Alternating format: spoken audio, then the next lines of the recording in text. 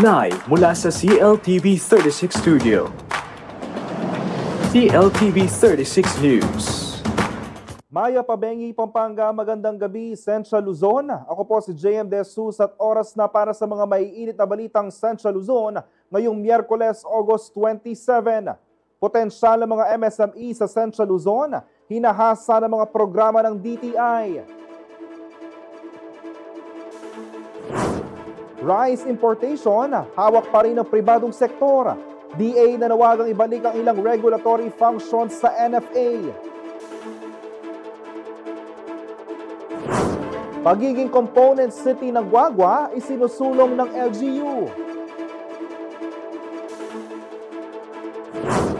Pinoy shuttlers ipinamalas ang galing sa International Junior Badminton Games.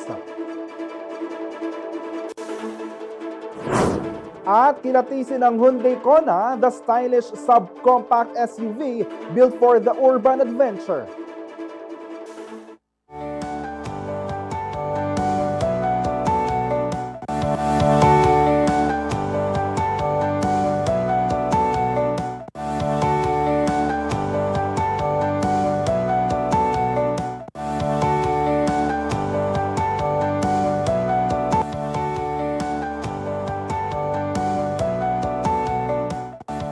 Patuloy ang pagpapatupad ng mga programa ng DTI para sa MSME sa Central Luzon.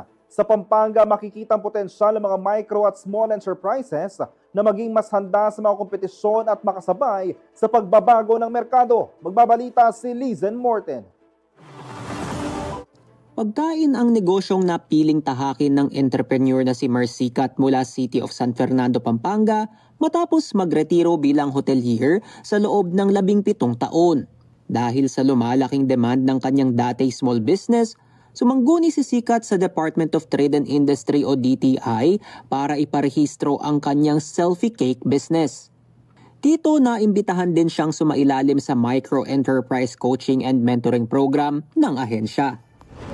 Dito po, we were trained, we were mentored by mga kilala na po sa mga pagnenegosyo. So, kumbaga, established na po talaga yung mga business nila. So, they taught us different good practices na we were able to apply, we were able to adopt. At noong 2017, gumraduate siya sa Kapatid Mentor Me Project o KMME. Nagsimula na rin daw lumawak ang kanyang operasyon mula sa paggawa ng customized cakes. Nagke-cater na siya ngayon at kalaunan ay nakapagpatayo na rin siya ng sariling events place. Natutunan ko yung how to do good packaging and pagpili rin ng mga market, outsourcing ng mga products na kakailanganin ko, yung different marketing strategy. Kasabay ng paglago ng kanyang negosyo, patuloy din ang DTI sa pagsuporta sa iba pang MSME sa rehiyon. Ngayong 2025, 48 entrepreneurs mula sa iba't ibang probinsya ng Central Luzon ang sumabak sa panibagong batch ng KMME. Ayon kay DTI Central Luzon Regional Director Edna Dizon, sentro sa growth and expansion ng maliliit na negosyo ang disenyo ng naturang programa. Once you are a graduate of that program, we see to it that we level up again yung capacity ng mga graduates. Not only in terms of business venture, but capacitating them on how to stand competitive. Sa Pampanga, mas ramdam din ang pagdami ng mga rehistradong negosyo na inaasahang magpapayapong ng ekonomiya sa lalawigan. Sa datos ng ahensya, tumaas ng 6.7% ang bilang ng mga business name registration sa Pampanga noong 2024. Mula 27,345 noong 2023, umabot ito sa 29,165. Actually, DTI Pampanga is one of the provinces that really leads yung ating mga SMBs, and being a big province, talagang pinofocus natin yung ating mga interventions sa mga SMBs dito. Samantala, para kay Sikat, bukod pa sa kahit anong estratehiya ng pagnenegosyo, mahalaga pa rin ang maging tapat sa mga consumer. Susi aniya ang tiyaga at kalidad ng produkto para manatili ang kahit anong negosyo sa industriya. Just be patient, lalo na pag nagsisimula talagang maraming struggles, maraming challenges. Magpatuloy lang po kasi keep on improving your products. Tapos you always give the best quality. Be consistent. And then, whether isa or 10 yung sinaserve mo, you have to be consistent with the quality. Kahit na ikalugi mo, basta wag kang magbibigay ng lesser than the quality that they are expecting. Kaugnay nito, tiniyak ng DTI na magpapatuloy ang mga programang gaya ng KMME sa mga susunod na taon. Makakaasa rin daw ang mga MSME sa rehiyon na bukod sa pagpapalawak ng kanilang operasyon, matututunan din nilang sumabak at makipagsabayan sa pagbabago sa merkado. All the programs of DTI in terms of marketing, organizational development, capacity building, in terms of the trade fairs participation, all are para siyang platforms really to make the SMEs in DTI Pampanga more competitive and innovate in the process. Lizan Morten, CLTV 36 News. Samantala, umaapela ang Department of Agriculture na ibalik sa NFA ang ilang regulatory functions na nawala sa ilalim ng Rice Tarification Law. Layunin nitong mapababa ang presyo ng bigas at maprotektahan ang kapakanan ng mga lokal na magsasaka. Naritong report ni Jody Dizon Mercado. Mananatili sa kamay ng pribadong sektor ang rice importation. Ito ang paglilinaw ni Department of Agriculture o DA Secretary Francisco Chu Laurel sa isinagawang pagdinig ng Senado kamakailan. Kasabay nito, hiniling ng kalihim na amyandahan ng Rice Tarification Law RTL upang maibalik sa National Food Authority o NFA ang mahalagang regulatory powers maliban sa mismong pag-aangkat ng bigas na mananatili pa rin sa mga private importers. Giit ni Chu Laurel, dapat pagtulungan ng NFA at pribadong sektor ang responsibilidad sa pag-iimbak ng supply ng bigas ng bansa. Sa mungkahing magkakaroon ng 20-day rice buffer stock, hahatiin umano ito ng dalawang sektor. Sa nasabing panukala, susundan ang modelo ng Sugar Regulatory Administration o SRA kung saan bibigyan ng import allocation ang mga kwalipikadong importer kapalit ng obligasyong bumili sila ng palay mula sa lokal na magsasaka sa patas sa presyo. Bukod sa matitiyakang buffer stock, makakatipid pa raw ang pamahalaan. Sa kasalukuyan, 5% lamang ng national palay output ang kayang bilhin ng NFA dahil sa limitadong kapasidad sa imbakan at pagpapatuyo ng palay. Dahil dito, para lamang sa disaster relief at emergency use ang bigas sa hawak ng ahensya. Dagdag pa ng kalihim, mahalagang mabigyan ng regulatory authority ang DA upang maiwasan ang oversupply ng imported rice na nagpapababa ng presyo at nakakasama sa kita ng mga magsasaka. Anya, ang bigas ay pangunahing pagkain at sensitibong produkto na hindi dapat iasa ng buo sa pribadong sektor.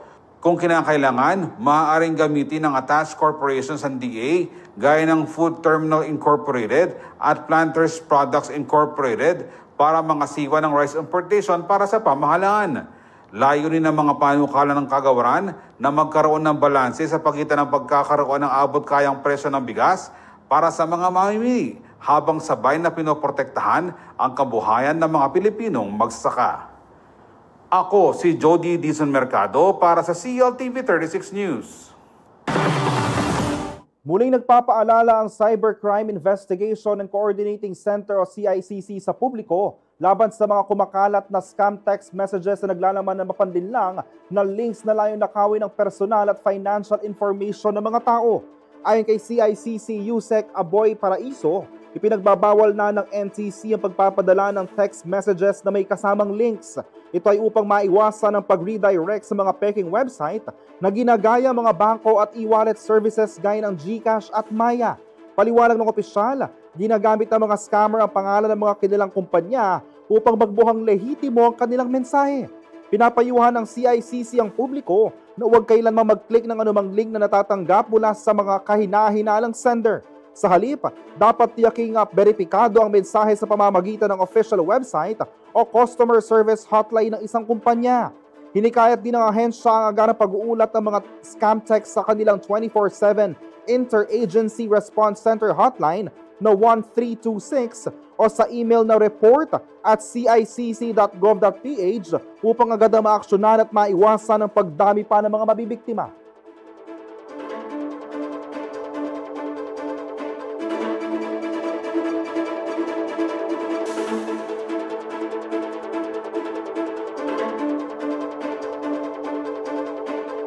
Manatili nakatutok para sa iba pang mga balita ngayong araw.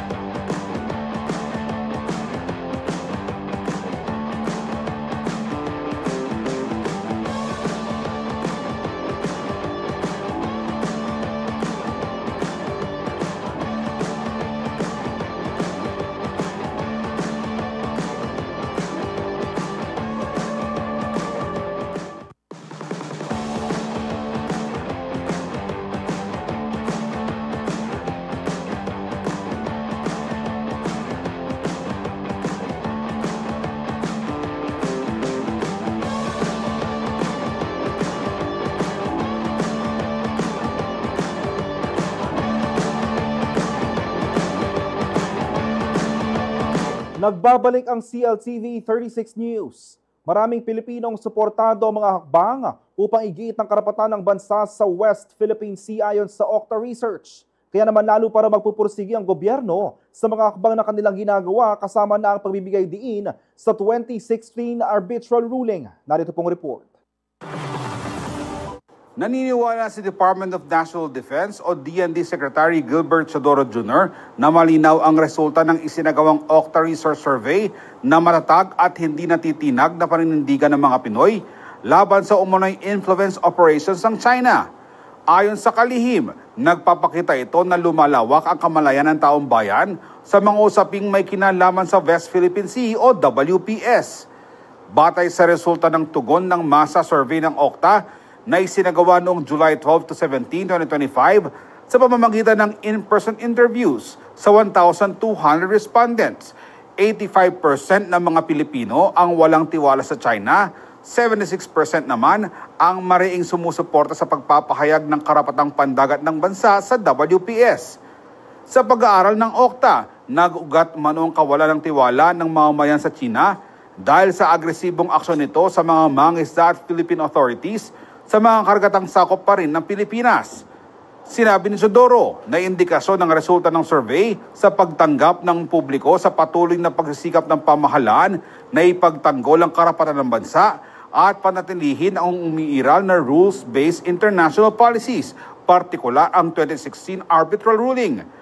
Batay sa nasabing ruling, illegal ang 9-dash line ng China na sumasakop sa malaking bahagi ng South China Sea, kabilang na ang Philippine Exclusive Economic Zone sa WPS. Hindi ito kinikilala ng China at patuloy na nagsasagawa ng harassment sa mga delikadong pagkilos laban sa Pilipinas sa WPS. Dagdag pa ng Defense Secretary, ang matibay na suporta ng publiko sa mga hakbang ng gobyerno ay higit na nagpapalakas sa layunin nitong pangalagaan at protektahan ang ating karapatan sa West Philippine Sea. Ako si Jody Dizon Mercado para sa CLTV 36 News. Samantala, mahigit 8,000 kaha ng mga puslit at sigarilyo na hinihinalang gawang China at Vietnam ang tumambad sa mga otoridad matapos ang isinagawang inspeksyon ng Bureau of Customs sa isang bodega sa Bulacan. Alamin ang detalye sa report ni Raymond Tasoy.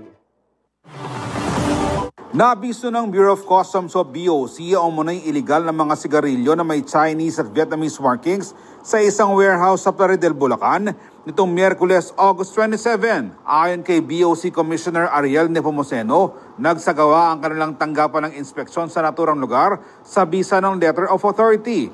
Bunso dito ng mga ulat tungkol sa kahina-hinalang gawain mula sa Customs Intelligence and Investigation Service ng Manila International Container Port. Sa isinagawang operasyon, nadiskubre ang 8,647 master cases ng imported cigarettes na walang Bureau of Internal Revenue o BIR tax stamps at graphic health warnings alinsunod sa regulasyon ng pamahalaan. 3 ang naarestong individual at nahaharap sila sa inquest proceedings ng Department of Justice. Pinangunahan ng operasyon ng Intelligence and Enforcement Groups ang BOC kasamang Intellectual Property Rights Division, CIIS MICP at Enforcement and Security Service ng Port of Manila. May koordinasyon din ito sa Philippine Coast Guard at mga barangay officials sa Bulihan, Plaridel, Bulacan. Maglalabas ng warrant of seizure and detention dahil sa paglabag sa National Internal Revenue Code at Republic Act No. 10863 o ang Customs Modernization and Tariff Act. Kasong kriminal naman ang hihahain sa registered owner at proprietor ng warehouse kung saan natuklasan ng mga iligal na sigarilyo. Ang hakbang ng BOC ay pagtalima umano sa kautusan ng kasalukuyang administrasyon na pigilan ng pagkarat ng puslit at sigarilyo sa lehitimong paraan upang maprotektahan ang mamamayan. Ako si Jody Dizon Mercado para sa CLTV 36 News. Samantala, sa kamay ng pulisya ang bagsak ng isang dating alagad ng batas at 2 nitong kasamahan dahil sa tangkang pag-hold up sa isang lalaki sa Barangay Poblasyon, Santa Maria, Bulacan itong Miyerkules, August 26. Kinilala mga naaresto bilang sina alias Lito, Rick at Roque na dating miyembro umano ng pambansang pulisya. Ayon sa ulat ng Santa Maria Police Station, tinutukan ng baril ng isa sa mga sospek ang biktimang magdedeposito lamang sana ng pera sa bangko at tinangay ang bag nito na naglalaman ng 550,000 pesos. Agad naman nagsumbong ang biktima sa mga otoridad kaya't mabilis na nagsagawa ng operasyon ng kapulisan. Sa ikinasang hot pursuit operation, nahuli ang mga sospek habang sakay ng isang kulay pink na motorsiklo na walang plaka. Narecover din sa kanila ang ninakaw na pera, isang Glock 22 pistol na may bala at iba pang ebidensya. Nasa kustodiyo ngayon ng Santa Maria MPS ang 3 sospek at nahaharap sa kasong robbery, hold up at paglabag sa Republic Act 10591 o ang illegal possession of firearms and ammunition.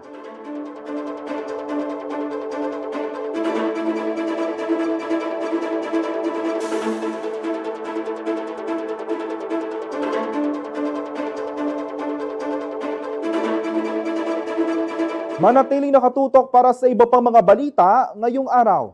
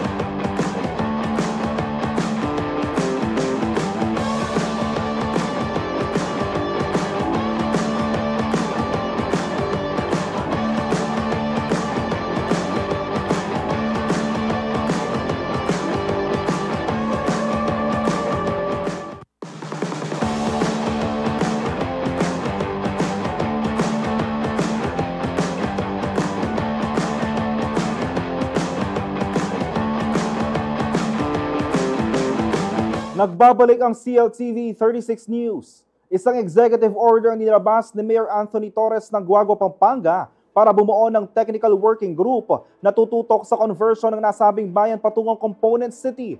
Paliwanag ng lokal na pamahalaan, panahon na para pag-aralan ng pagiging lungsod ng Guagua na 1996 pa nang italagang first-class municipality. Narito pong report. Opisyal nang sinimula ng lokal na pamahalaan ng Guagua, Pampanga ang mga hakbang para maging lungsod ang nasabing bayan.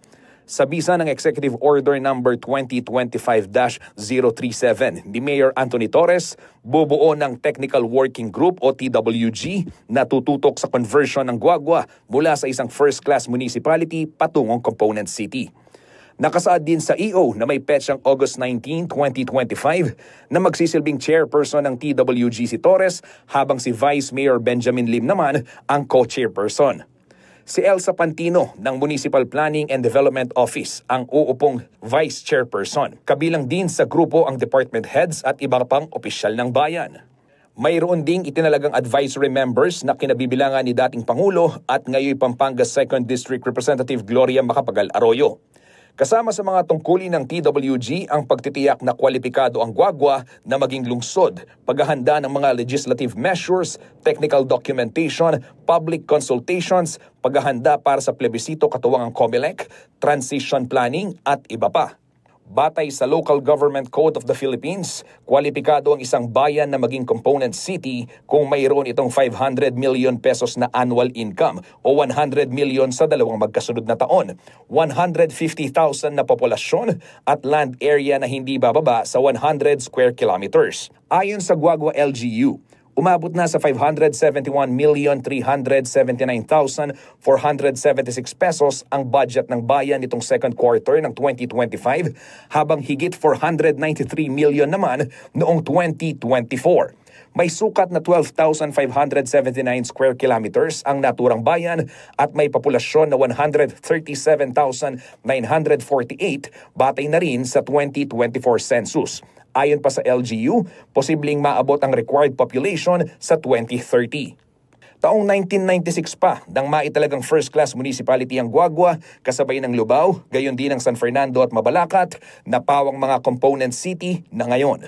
Justin Dizon, CLTV 36 News. Nakatanggap ng tulong pinansyal ang mga Mabalakenyo mula sa iba't ibang programa ng LGU, gaya ng Sentrong Aruga at Social Protection Program for adolescent mothers and their children. Bilang suporta sa kanilang kalusugan at kabuhayan, nagbabalik si Jody Mercado. Nabiyaan ng tulong pinansal ang ilang Mabalakenyo mula sa iba't ibang programa ng pamahalang panlungsod ng Mabalacat nitong Miyerkules, August 27 sa covered court ng Barangay Dolores. Tumanggap ng tig 3,000 piso ang 25 benepisaryo ng Sentrong Aruga Program. Isa itong gender-responsive program na tumutugon sa pagpapagamot ng mga may karamdaman sa reproductive health.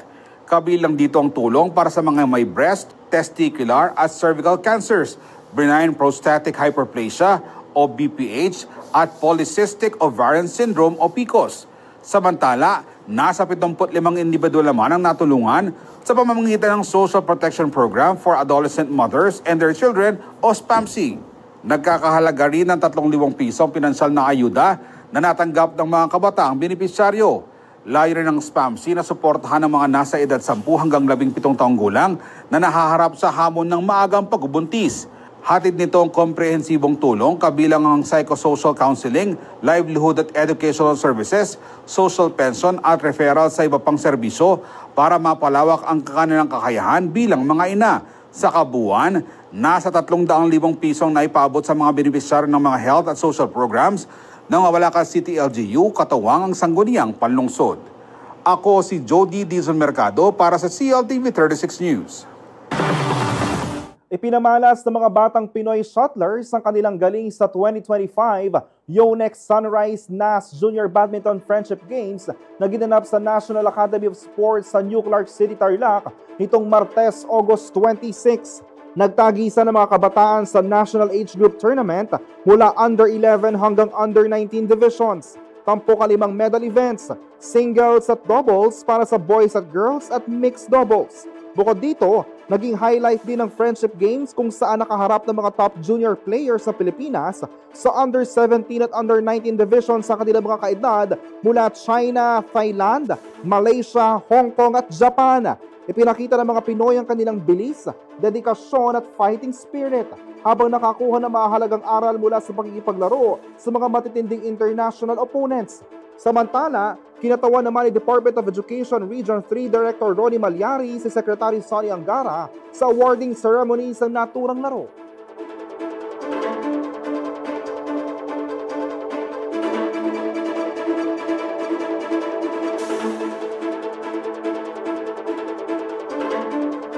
Sa panahon kung saan mahalaga ang looks at lakas sa kalsada, isang standout ang Hyundai Kona. Mula sa kanyang sleek na disenyo hanggang sa cutting-edge features, tiyak na mapapalingon ka sa bawat liko. At ngayon, available na ito sa Laos Auto Group.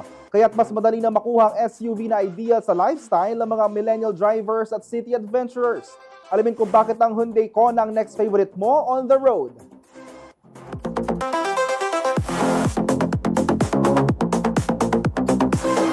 Hello ma'am, sir. I'm Robert Darryl, a sales executive of Hyundai Baliwag. Nandito po ako para i-discuss sa inyo ang aming bagong unit which is the Hyundai Kona Hybrid Premium.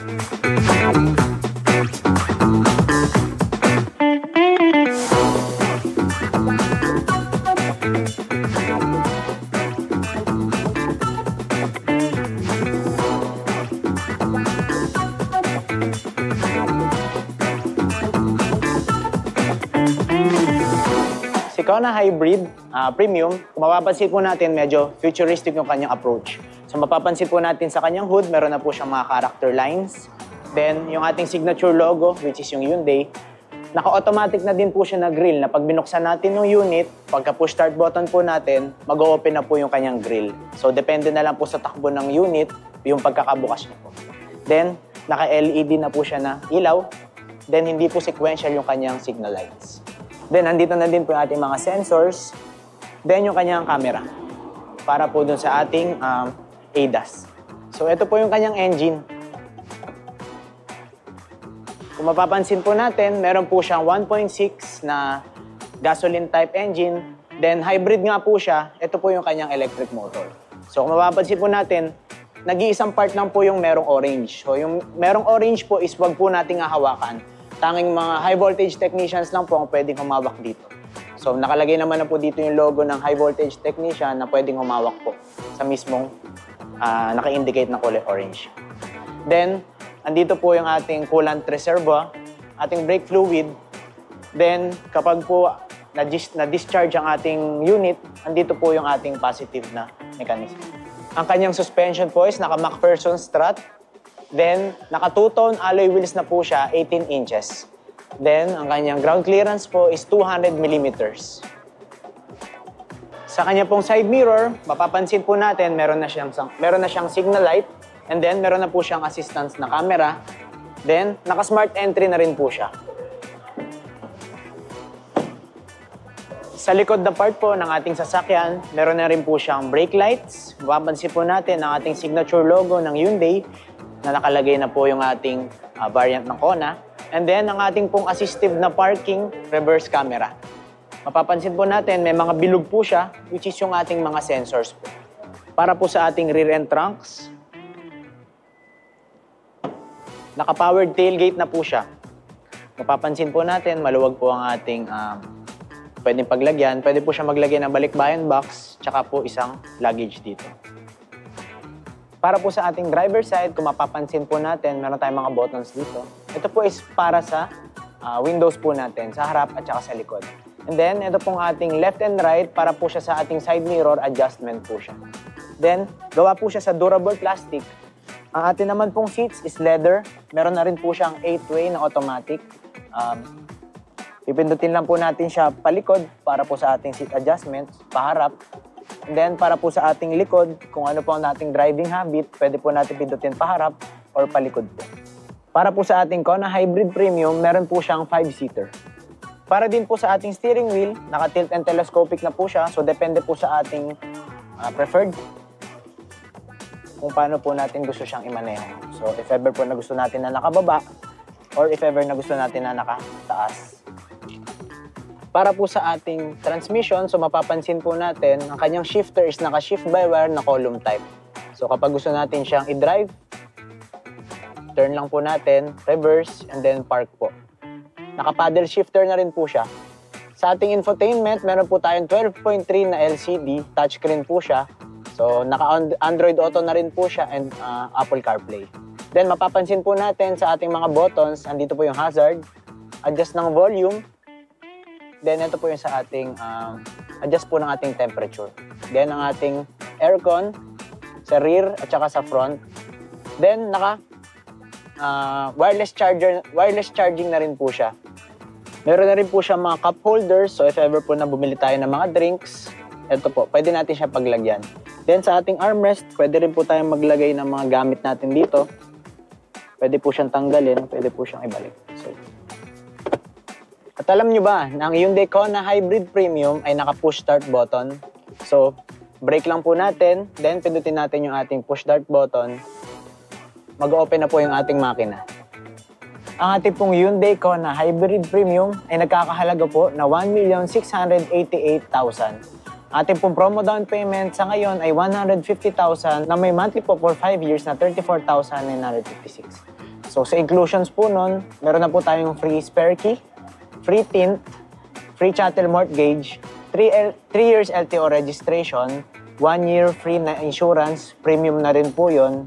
And then ang ating pong 8 years na battery warranty. So dahil hybrid nga po to, kailangan po natin. Meron po siyang free na 1 year Laos Group Cares, 24/7 roadside assistance with free towing rin po siya. Then 32,500 worth of benefits din po yun. Para sa mga gustong mag-inquire, ako po si Robert Daryl Dorupa. Paki-message po ako or contact sa number na 0905-886-0922. Paki-follow and like na rin po ang aming Facebook page, Hyundai Baliwag. Paki-like and follow na rin po ang aking official Facebook page, Hyundai Baliwag by Robert Daryl Dorupa. Bisitahin niyo po kami dito sa aming showroom sa DRT Highway Pagala, Baliwag, Bulacan para po makapag-test drive po kayo ng aming available na unit at makapagtingin din po kayo ng mga units na nasa showroom po namin. Huwag po kayo mag-alala, tutulungan po namin kayo na makapag-release ng mga unit na gusto niyo. Here at Hyundai, innovate every day. Manatili nakatutok para sa iba pang mga balita ngayong araw.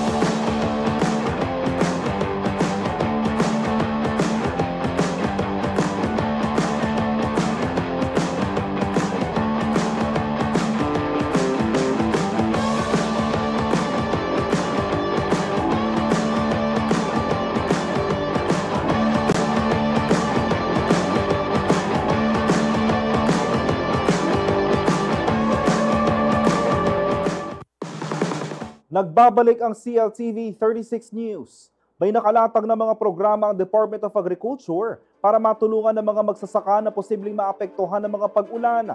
Kasama rito ang pautang na walang interes upang makaubawi kung sakaling mapinsala ang mga matanim at pangisdaan. Narito pong report. Nakahanda ng Department of Agriculture o DA sa posibleng maging epekto ng mga pag-ulan na dala ng low pressure area at ang southwest monsoon o hanging habagat. Sa inilabas sa Bulletin No. 2 ng DA Disaster Risk Reduction and Management Operations Center o DADRM, 7 rehiyon ang muna'y posibleng mapinsala ng pinagsamang pag-ulan ng dalawang weather system. Kasama rito ang Cagayan Valley, Central Luzon, Calabarzon, Mimaropa, Bicol, Western Visayas at Negros Island Region. Ang nasabing mga rehiyon ay may pinagsamang taniman na abot sa 770,461 hectares at malaking bahagi nito o 628,224 hectares ay mga palayan at 142,237 hectares ang maisan. Nakahanda na raw ang mga agricultural inputs, gamot at tinatawag na biologics. Ayon sa DADRM, kinabibilangan nito ng 124,000 sako ng binhing palay, 77,000 sako ng binhing bigas at 12,000 sako ng mga buto ng gulay. May nakasak din na supply ang National Food Authority o NFA na nasa 2,378,903 na sakong bigas para ipamahagi sa mga lokal na pamahalaan at sa iba pang disaster relief agencies. Para sa mga rehistradong magsasaka, maaari rin nilang i-access ang Survival and Recovery Loan Program sa ilalim ng Agricultural Credit Policy Council na nagkakahalaga ng 25,000 pesos sa walang interes at pwedeng bayaran sa loob ng 3 taon. Pwede rin silang makatanggap ng indemnification mula sa Philippine Crop Insurance Corporation at makinabang sa Quick Response Fund upang makabawi kung kinakailangan. Nagpaalala ang ahensya sa mga magsasaka at mga isda na maagang anihin ang mga hinog na pananim, ilikas ang mga kagamitan, alagang hayop, isda at bangka at mag-monitor sa lagay ng panahon upang makagawa ng hakbang at mabawasan ang pinsala mula sa mga pag-ulan. Ako si Jody Dizon Mercado para sa CLTV 36 News. Samantala, alamin naman natin ang lagay ng panahon sa ulat na ito.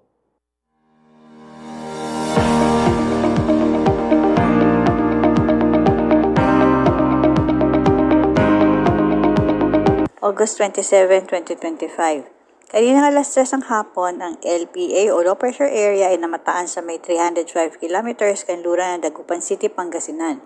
Samantalang Southwest Monsoon naman ang nakakaapekto sa Southern Luzon, Visayas at Mindanao. Metro Manila, Ilocos Region, Cagayan Valley, Cordillera Administrative Region, Central Luzon at Calabarzon ay makakaranas ng maulap na papawili na may kalat-kalat na pag-ulan, pagkulog, pagidlat tulad ng trough ng LPA. Visayas, Mimaropa, Bicol Region, Zamboanga Peninsula, Northern Mindanao at Caraga ay makakaranas ng maulap na papawidin, may pagkulog at pagkidlat tulad naman ng Southwest Monsoon. Ang natitirang bahagi ng Mindanao ay makakaranas ng bahagya hanggang sa maulap na papawidin na may pulupulong pag-ulan, pagkulog at pagkidlat sanhi ng Southwest Monsoon. Pinag-iingat ang ating mga kababayan sa posibleng pagbaha at pagguho ng lupa tulad ng trough ng LPA at Southwest Monsoon. Para sa karagdagang impormasyon, maaari niyong bisitahin ang Pag-asa website at ang aming social media pages.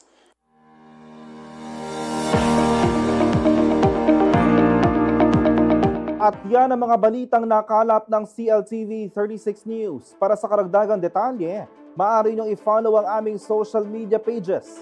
Sa Facebook, CLTV 36 Official at CLTV 36 News. Sa Twitter o X, CLTV 36.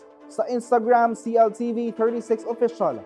Kung nais niyong balikan ang mga programa ng CLTV, pwede niyong bisitahin ang aming YouTube channel, CLTV 36 Official, at ang aming website, www.cltv36.tv. I-promote ang iyong negosyo para mas marami kang maabot sa TV at social media sa pamamagitan ng pagkikipag-partner sa CLTV 36. Magpa-advertise na i-feature ang iyong produkto o serbisyo sa aming mga news at public affairs program. Para sa inquiries, mag-message sa aming official Facebook page na CLTV 36 o tumawag at mag-text sa